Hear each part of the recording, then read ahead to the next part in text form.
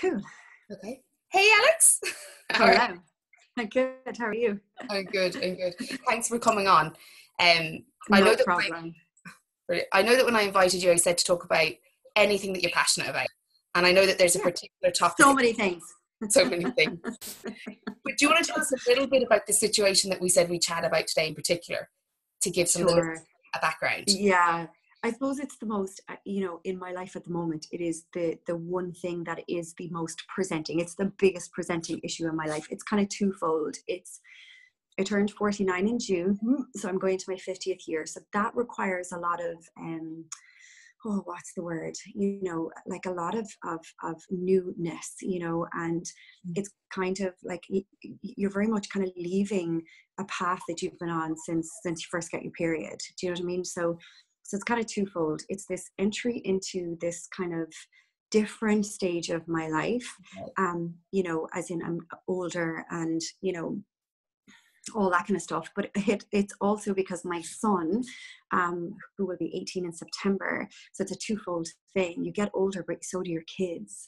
And I think those are the two presenting issues in my life right now. I'm trying to transition into my 50s, which is quite, it's exciting in one way, but it's also quite overwhelming in another way. But it's coupled with my son, turning 18 in September and making the transition. It's a transition in parenting that at least I've never really seen anybody talk about, or nobody prepares you for it.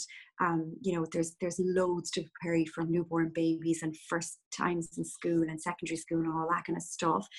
But then people seem to just stop talking about what it's like when your kids go from, childhood into adulthood, and what that means as a parent, because my entire, for the last kind of, since the stick turned blue, my entire, I wouldn't say my complete identity, because I think I'd be in a ball in a corner somewhere if he was my complete identity, rocking back and forth, but so much of my identity and so much of my time and so much of my investment, in the last 18 years has been mothering this amazing, incredible human being who is growing away from me absolutely age appropriately and accordingly. And he's so excited about growing up. And I'm like, where are you going? Come back. Because in a lot of ways, it's gone by so quickly. I'm not ready in so many ways. And he's like, see you later. Done. This is so great. And case in point, he's just home from Longitude. And so that was a first experience for the both of us. Now, I will say it's just him and I. I parented him completely on my own since the beginning. So I think, that, look, I don't know, but I'm guessing that nearly intensifies the experience that I'm having, because I don't get to share that with somebody else. It doesn't get to be diluted with somebody else. It's just me all the time. And so I'm acutely aware that that's different from somebody who is co-parenting, so they have each other for support. And then, I know loads of people that are like, great, the kid's away, let's go away for the weekend, whereas I'm by myself. So even though I do go away, it's quite different when you're trying to navigate those feelings on your own. Yeah. So can I just ask you, because that comes up repeatedly when I'm working with both co-parenting parents and individual parents, the different ways that parents manage, right? So for you, when these milestones happen and there isn't somewhere to go, where do you go? What do you do with that? I come on Instagram. Okay. And I mean that most sincerely. Look, in the job, I'm in the counseling world. So my job is in the counseling world. When you're in the counseling world, I'm incredibly fortunate that I have to be in counseling myself. It's just how it works. So obviously I use my clinical supervision and my counseling to help me get through this bit. To help me stay focused. And the most important thing is not to put my teenage experience onto him. And that is the most important thing, I think, as a parent. Can you say more about that? What does that mean? Oh, yeah. So, so for example, my teenage experience wasn't great. I wasn't a confident teenager. I was very self-destructive. I didn't do, boundaries very well.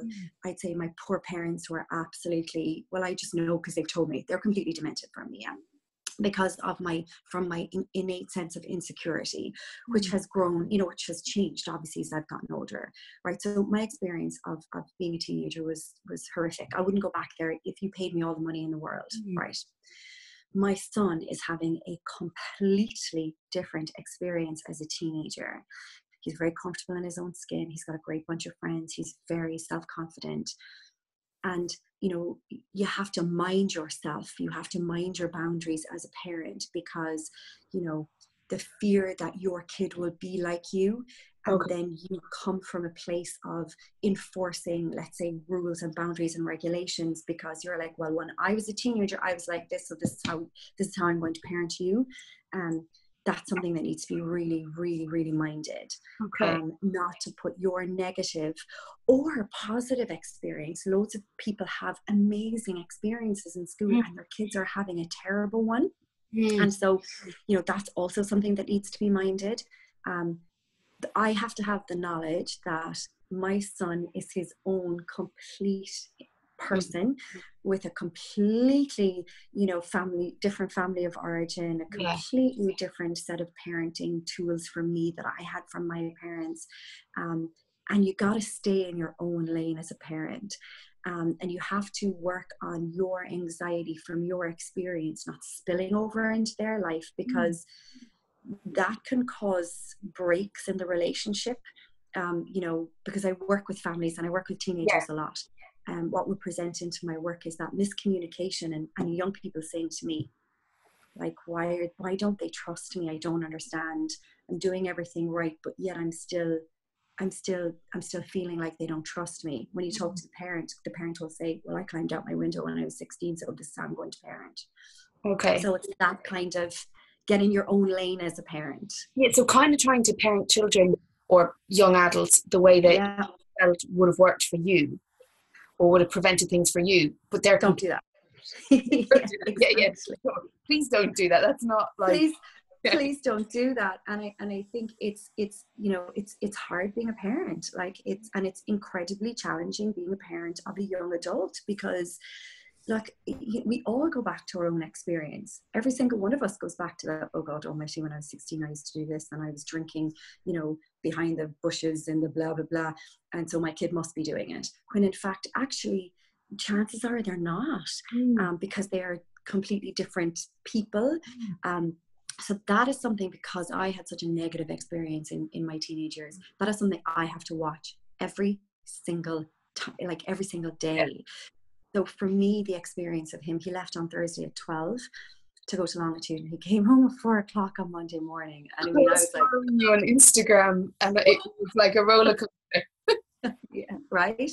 A complete roller coaster of, so excited for him, for this, like a friend of mine said at the weekend, this lovely coming of age experience that I knew he was having, because, it was the first time he was away from home doing something like that. They stayed in the hostel, they went back and forth to Longitude, and there were no parents around. They were completely and utterly like, off you go, be self-sufficient. And then at the same time as a parent going, Jesus Christ, when I was 18, like, oh God, like, let's not even think about it. And then, we had a rule. We checked in twice a day. And other than that, I had to keep myself busy, stay in my own lane, mind my own business, and know that no news was good news. If I wasn't hearing anything, everything was fine. Okay. And how did you come up with that agreement of twice a day? That's really interesting. How did you come up? That was for me. Okay. I kind of said, look, right, yeah, I said, look, here's how it is. I said, I'm going to be really nervous, because this is the first time you're doing something like this. So here's what I need so that I can go about my business, living my life without you. I didn't say that obviously to him, and I said, so check in with me, when you wake up or before you go, and then let me know that you're back at the hostel every evening. And other than that, I will leave you alone. And he went, yeah, that's great, twice a day. And that's what he did. And he's like, he respected that. Okay. And then I had to hold up my end of the bargain then, in between right? In between the morning text and the evening text, I had to keep myself busy. And that's what I was talking about earlier. And then kind of like sit with myself and go, okay, this is what normal is going to look like now. Like this is fastly becoming my new normal. He's working, he's going to leaving cert, whatever he goes on to do after school, brings him that little bit more independence and autonomy, which also gives me this, oh dear God, like all of this space. So my job, right, is either getting busy and filling that space, or it will have an absolute detrimental effect on my mental health if I don't. It will. Yeah. And because it does to parents. I've seen it in the work that I do, and I see it, sometimes on Instagram, and I hear people talking about it, like they're very identity and existence about their kids. And when their kids go, people get really sad and lonely, and I feel that way, but I feel like it's kind of like my job now as his parent to fill that void. Yeah. That it's not his job to fill it for you. Like, it is not his job. Yeah. Oh my God, not. Yeah. The 18 years as a minimum of your choices around what's good for him and you. And now it's come to a point where that's the shift. And to hold him so that you don't have to make that change would be detrimental to both of you. Like, absolutely. And and not put that responsibility onto him, which I see a lot of sometimes parents do. They put that responsibility of well, hold on a second, I parented you for so long and now you're going, so now what do you expect me to do? And quite frankly, that's not our job as parents. And I say that all the time. And like as far as I can see it, from the very moment that we have them, we're constantly being prepared for this letting go. It is like I say this all the time, like parenting is this one lifelong lesson in the art of learning how to let go, because we're doing that since the very first minute they're born. I remember the first time, I left him to go to work, or the first time you leave them with a babysitter. Actually, the first time I left him with my mother, I went in to register his birth. My mother was like, how many times did you have to? I think I rang her 20 times. This woman raised 3 kids. But all of a sudden I was like, she can't mind my child. I mean, blah, blah, blah. Like, so you're constantly, the first time they go to school, the first time they go outside to play on the road by themselves, the first time they walk down to the local shop, it is just this constant like letting go. And I genuinely believe now that it's to prepare you for when they might physically actually walk out your door and go to Canada or go to Australia, like, or get a job or live with their girlfriend, or it's just that it's just this lifelong lesson in learning how to let go. And I believe as his parent, like, for him to be healthy, and to be emotionally healthy, it's my job to let that go regardless of how I feel about it. And it's really hard. Like, it's like, come back, okay, go live your life, come back, oh, go on, have some fun, come back. Like, it's this mad inner like, wah! But I know that it will get easier because we've had this big first experience now, and it's like this when they first go to school. I mean, if you hated letting them go to school every time, there'd be no kid in this country inside in school. They'd all be at home with parents going, they're not allowed outside the house. This is the same adjustment, except it's harder because the adjustment means they might actually physically be gone. There's a reality. When they go to school, they're always coming back. Do you know? So so it's challenging. I do think though that there's, and working with young people at the moment, but particularly I'm working with quite a few, we'll say mums at the point where children are moving on, but moving on from teens, like as in emotionally preparing that undoing and that independence. And it's really interesting to see, because the role of the woman has changed a lot in Ireland. Oh wow, yeah. And then also the children are having access to more independent experiences like traveling or concerts or that were far more controlled. It's coming in a lot earlier for people, that letting go, and that who am I? They don't need me, and what's left when that happens, if it happens. And ideally it happens. If your kids don't need you, oh God, ideally then you've done a really good job. Done a great job. And if they want to come and see you, you've done an even better job. If they want to hang out with you after that, then you've won the lottery. But then it comes back to, again, what I was saying at the beginning, like where I'm at in my life now is it's the next step. It's probably, when I think of, like 29 going into 30 and 39 going into 40. I turned 49 in June, and it feels, it sounds really it feels monumental. Like it feels like it's really hard. But I have this sense that in a couple of years, I'm going to look back on this year and I'm going to go, it was life altering, because it's either, like, I keep coming back to that saying, what was it in the Shawshank Redemption, like, get busy living or get busy dying. And it from an emotional standpoint, it's kind of like, okay, so now it's down to me, while he's off living his very best life and doing all the things that I loved when I was in my late teens and early 20s, and like, it's just the best time of life, really, isn't it? But so now I'm trying to kind of make this has the potential of being another best time of my life. Because I'm trying to see it as kind of like, well, the world's my oyster kind of thing, because I've done a good job, I've raised them well. Now the reality is the kid's probably still going to be living with me for the next 4 or 5 years, right? Like, because get rid of them. And right, but also they're acutely aware of the housing crisis, which is quite sad. And he has said, but it's sad because he has said that to me upon occasion. I'm like, oh God, you leave me. And he said, Mom, like, seriously, like, where am I going? Like, there's nowhere to live, which is really quite sad when you hear about it. But even let's say of course he goes on to college or whatever he does, doesn't even necessarily have to college. I actually don't care what he does, as long as it's something that he loves to do. The reality is, of course, he'll probably still be living here, but not as a mother-son. It then becomes nearly a roommate situation. A bit more different. Yeah. I had that conversation with my dad, I'd say 1.5 years ago, and I had said to him, because it wasn't about the age shift for us. I would have left home quite young. I left at 16, so I had that out very quickly, like, and we talked about, I said to him, the difference between having parents as your parents and getting to know them as people is you couldn't be gifted something better as a child to meet your parents as people who don't owe anything, who you don't owe, to meet them as people and build a relationship on being people. Because I love that.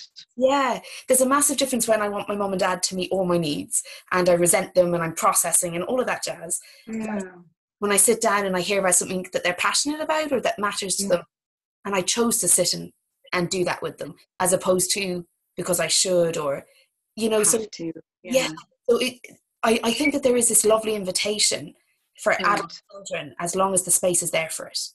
Exactly, And I don't think adult children always know how to build that, but I think that's probably the last piece I see parents needing to do, is to create and that's lovely, actually. And I love hearing that now, because a couple of women on Instagram have said that to me whose kids are older, and they're like, don't worry, dude, like, they come back around 23 or 24, and I think maybe that's what they're told. I was thinking, Jesus Christ, I moved back into the house, although I moved back into my parents' house when I was 30 for a year. God help my parents, and I think they must have been like, oh great, like, we just thought we got rid of them all and here comes them back.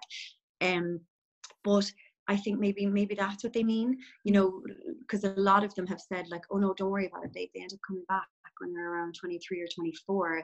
And I guess maybe that's what they're talking about, this real different relationship as grown-ups. And I welcome that. I very much look forward to that when that happens. And I think that can only happen if the letting go happens, because otherwise Agreed. The other side of it, and I've seen this, and I mostly hear about this from the dating world when I'm working with people who are dating, is that what happens is the enmeshment with the original family, the family of origin, doesn't shift. Massive. So there's no letting go. And so to be out in the world dating, they're either looking for partners that their parents approve of, or they're dating people who haven't left emotionally, outgrown their childhood patterns. So interesting. Their mothers are still overly involved, or their dad's opinions are too strong, or and there isn't this kind of ability to be in the world as an adult. So without that letting go, it's not just the benefit for the adult children and the parents, but their ability to do life as an independent adult is not restricted without that letting go process. Yeah, that's lovely, actually. Because when you're in it, like, so it's hard, I think, when you're, because when I'm in the field, like I'm so great, like, like families come to me, it's my job, and and then I come home, people always say to me, geez, you must be like such a good parent. I'm like, are you kidding me? I can't see I can't see the fog through the trees. It just, yourself, like, all of nothing us, that we learn translates into any of our relationships, like, at all. Without lots of personal work, like knowing. Oh my God, yeah. And integrating. Absolutely, yeah. Worlds apart. Absolutely, yeah. I'd be like in my role as a parent, and I'd be like, I have to stop myself sometimes and say, Jesus, hold on a second. Last week you told this mother, this is, and so what are you doing? Like, you're doing the polar opposite of that. Would you just cop yourself on? Sometimes I catch myself going, wait a minute here. But yeah, so it's I can't say, I don't know what it's like, because it's a new experience for me, and it's not something I was anticipating. It's so odd, I can't explain it. Like, you anticipate secondary school, and you anticipate the crazy teenage years, but this I wasn't prepared for. Like, I'm like, whoa, what the hell's happening here? Nobody talks about this. Nobody was preparing me for this. So I guess it's very much a new experience for both of us. That independent kind of, and while he's learning how to go off and be an adult, I'm actually having to relearn a lot of things as well, because my role is changing. Oh, that's lovely. And yeah, you don't look like it's lovely. That expression, it's not like it it's but that's right. I was like, oh God, how did I get here? But I guess that's why I was saying, I know in a couple of years' time I'll look back and I'll know, my God, my 49th year stuff feckin' changed, but at the moment, because I'm going through it, it's incredibly hard, and it's really emotional, and I'm up and down a lot, like I'm up and down, like, 1 minute I'm like, yes, I can do this, and then the next day I'm like, I can't cope that he's leaving me, please come back. But then not putting that on him is incredibly important, because it's not his job to parent me. Exactly, yes, very important. It's not his job to parent you through this. So I'm going to ask to finish up 3 pieces of advice that you'd give to parents who are currently letting go with, we'll say, what I call like adult children. They're moving into adults. What would you say? Stay in your own lane.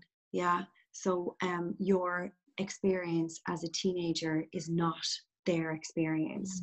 So, watch your stuff when you're parenting them. Let them go. Trust them. Yeah. Like physically let them go. Young people, young adults, they need to make mistakes. They need to push boundaries. They need to test the waters. And if you're not letting them, you're robbing them of a very important part of growth. And then the third bit is, no matter what happens with them, no matter how the wheels fall off, because they will fall off, they need to know that no matter what happens, you're their safe space. That you will fix it. And you know what? If you can't fix it, you'll find somebody else to fix it. Those 3 things are really important. So watch your own stuff, let them go, and when shit hits the fan, make sure they know they can come back. I love that. And that was one of the things when I've been watching you on Instagram that I think is the strongest thing that I've seen be important to my work, is if young people know they can go to their parents with anything, more likely to go to their parents. But anything, shamed, blamed, corrected, told you so, any of the things that we go into when we're annoyed with a situation, they're going to stop and they go somewhere else with it. And if they're adults, that's risk. And that's so important. Like, that's the biggest message. If they aren't talking to you, I'd be quite concerned. Sometimes you'd be really concerned about who they are talking to. Exactly. Because you've no control over that. Exactly. And you've no control of the information they get. It reminds me a little bit of when teenagers start to learn about sex, and they learn about it from their body. You watch the porn and you're like, Don't. No. But because the No. police didn't tell them, they found the information. Don't do that. Don't do that. And that's exactly it. It's so, so important that no matter what, because the wheels will fall off. Like, the wheels fall off all of the time, but that, you know, that you can fix it. And if you can't fix it, you'll find somebody to fix it. Okay. I love that. I'm going to finish on that note. So thank you. Thank you. That's brilliant.